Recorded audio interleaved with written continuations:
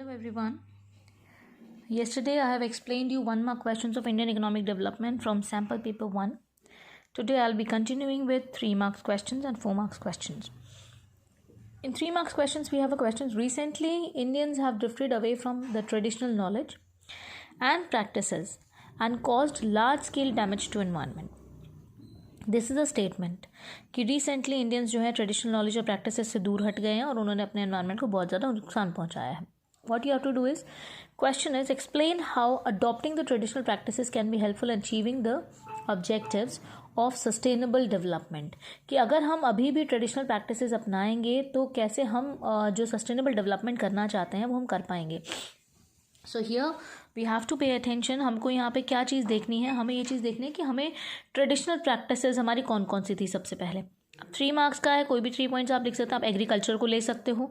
Agriculture में आप mention कर सकते हो यूजिंग आप कह सकते हो ऑर्गेनिक फार्मिंग करना है या जो भी बायोपेस्ट है, बायो कंपोस्टिंग है. जो हमारे पहले हम फर्टिलाइज़र्स यूज़ करते थे, केमिकल फर्टिलाइज़र, तो उसकी जगह पे हम लोग जो पेस्टिसाइड्स जो हम लोग यूज़ कर रहे हैं, जो बायोपेस्ट हैं हमारे, वो यूज़ करेंगे तो ना तो हमारा सॉइल ख़राब होगा, ना हमारा वाटर ख़राब होगा, ना हमारी क्रॉप ख़राब होगी. राइट. तो एग्रीकल्चर से रिलेटेड बोल सकते हैं. ट्रांसपोर्टेशन से बोल सकते हैं कि इस टाइम पे ट्रांसपोर्टेशन की वजह से हम लोगों ने मॉडर्नाइजेशन का नाम तो दिया, टेक्निक है, टेक्नोलॉजी आई, बट उससे जो है हमारे एनवायरनमेंट को बहुत ज़्यादा नुकसान हुआ, एयर पॉल्यूशन हुआ, उसको हम दिखा सकते हैं. मेडिसिन के बारे में दिखा सकते हैं कि हमारे यहाँ पर इतना ज़्यादा हमारा जो इंडियन मेडिकल सिस्टम जो है, मेडिसिन सिस्टम जो है, आयुष, AYUSH, आयुष का मतलब होता है ए से आयुर्वेद, वाई से योगा, यू से यूनानी, एस से सिद्ध, एच से होम्योपैथ. ये जो आयुष सिस्टम है इसको अब हम देख सकते हैं कि बाहर के लोग भी दोबारा योगा, आयुर्वेद, यूनानी, सिद्ध, होम्योपैथ में आ रहे हैं. जब एलोपैथ आया तो एलोपैथ के साथ साथ बीमारियां भी बहुत ज़्यादा आईं. एलोपैथ ने साइड इफ़ेक्ट्स बहुत ज़्यादा थे एलोपैथ में, तो अब लोगों को दिख रहा है. अब वापस ट्रेडिशनल प्रैक्टिस अपनाने में हेल्थ सिस्टम भी हमारा बहुत ज़्यादा अच्छा होगा. तो ऐसे 3 पॉइंट्स आप लिख के इसको एक्सप्लेन कर सकते हैं. और में क्वेश्चन गिवन है power sector in India. Power sector आपके सिलेबस से इस साल कट चुका है, तो वैसे आपको 3 मार्क्स में एक और में क्वेश्चन मिलेगा. जो भी होगा उसको आप देखेंगे, समझेंगे और करेंगे. Power sector is not in your syllabus. Another question for 3 marks is Education Commission 1964 to 66 has recommended that at least 6% of the GDP must be spent on education. ये एक स्टेटमेंट दे रखी है कि भाई एजुकेशन कमीशन बना था 1964 to 66 में. उन्होंने ये रिकमेंड किया था कि हमारी जीडीपी के ऊपर जीडीपी का कम से कम 6% हिस्सा जो है हमें एजुकेशन पे लगाना चाहिए. How far India has been able to achieve the set goal. क्या हम इतना अभी तक लगा पाए हैं या नहीं लगा पाए हैं, इंडिया ने कितना अचीव किया है? तो नहीं, अभी हम इतना अचीव नहीं कर पाए हैं. तो यहाँ पे एजुकेशन में जो चैलेंजेस हैं अभी भी हमारे साथ, प्रॉब्लम्स हैं, वो हमें यहाँ पे डिस्कस करनी है. 3 नंबर का है, 3 प्रॉब्लम्स आप डिस्कस कर सकते हैं. पहले आप बता दो कि जो लो एक्सपेंडिचर हमारी एजुकेशन के अंदर जो एक्सपेंडिचर हो रहा है वो 6% के हिसाब से नहीं, अभी भी 4% हो रहा है जीडीपी का. ठीक है. अभी भी जो हमारे एकेडमिक स्टैंडर्ड्स हैं वो डिग्री ओरिएंटेड हैं, जॉब ओरिएंटेड नहीं है. तीसरा लिख सकते हो वोकेशनल ट्रेनिंग नहीं है. तो हम लोग इतना ज़्यादा नहीं कर पाए. हमारे गांव में भी स्कूल्स अवेलेबल नहीं है, बहुत ज़्यादा अच्छे टीचर अच्छी जगह पे बच्चे स्कूल पहुंच नहीं पाते हैं. पावर्टी भी एक कहीं ना कहीं एक रीज़न है जिसकी वजह से जो गरीब लोग हैं पढ़ाई को छोड़कर वो क्या करते हैं, ड्रॉप आउट कर लेते हैं और अपना जाके काम करने की कोशिश करते हैं कि कुछ ना कुछ वो अर्न कर सकें. राइट. अपनी फैमिली के लिए. तो इन पॉइंट्स को आप कोई भी 3 पॉइंट्स को आप जो है एक्सप्लेन कर सकते हैं. राइट. देन क्वेश्चन आ गया 4 मार्क्स में.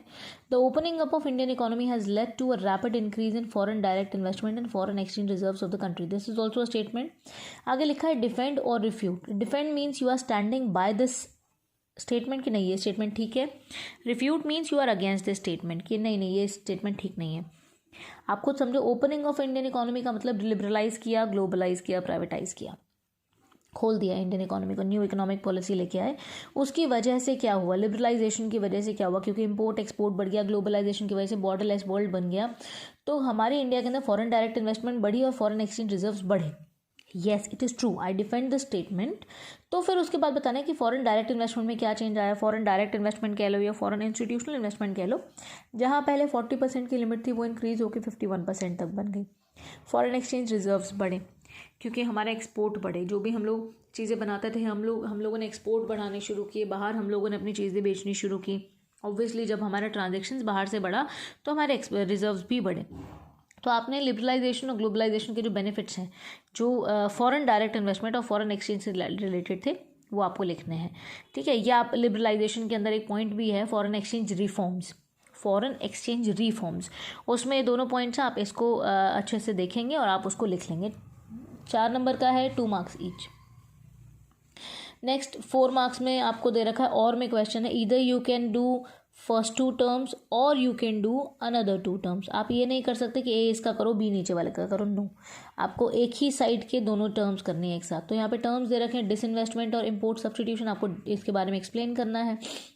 2 मार्क्स ईच है, 2 मार्क्स का ये है, 2 मार्क्स का ये है। तो 2 मार्क्स में बहुत ज़्यादा नहीं, 2-3 लाइनें आप लिख देंगे 2 नंबर में, 3 से 4 लिख देंगे तो 2-3 ही इनफ है।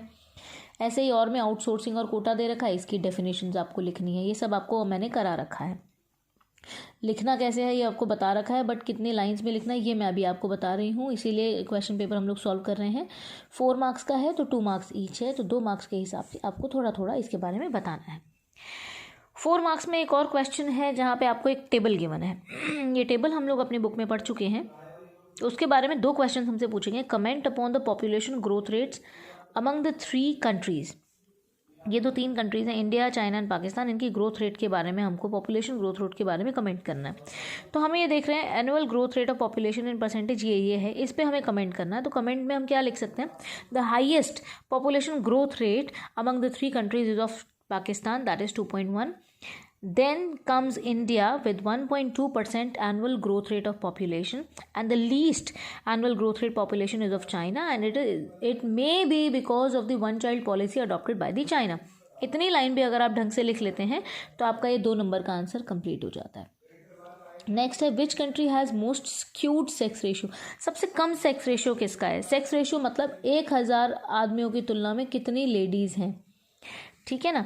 तो अब यहाँ पे इंडिया में है 929, चाइना में 941 और पाकिस्तान में 947। ये 2015 का डेटा है हमारे पास, राइट। तो सबसे ज़्यादा स्क्यूड, सबसे ज़्यादा कम सेक्स रेशियो कहाँ का है? इंडिया का। कि we can see that India में जो है सबसे ज़्यादा स्क्यूड सेक्स रेशियो है, बिकॉज इंडिया में सबसे कम हम देख सकते हैं only 929 females as compare to 1000 males. तो ये इसका आंसर हम यहाँ पे लिख सकते हैं, India has the most skewed population in the sex ratio. इसके बाद हमारे 6 मार्क्स के क्वेश्चंस आ जाते हैं, that I will be explaining in my next video. Till here please go through it, write the answers, discuss it with me again. If you have any problem, you can ask me anytime. Thank you. God bless you all.